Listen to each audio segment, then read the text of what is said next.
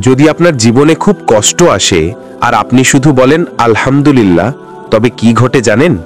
এটি কেবল একটি শব্দ নয়, এটি আল্লাহর সাথে আপনার এক গভীর ওয়াদা। আল্লাহ বলেন, যখন আমার বান্দা কষ্টে ধৈর্য ধরে আলহামদুলিল্লাহ বলেন, আল্লাহ খুশি হন। তখন ফেরেশতারা অবাক হয়ে যান।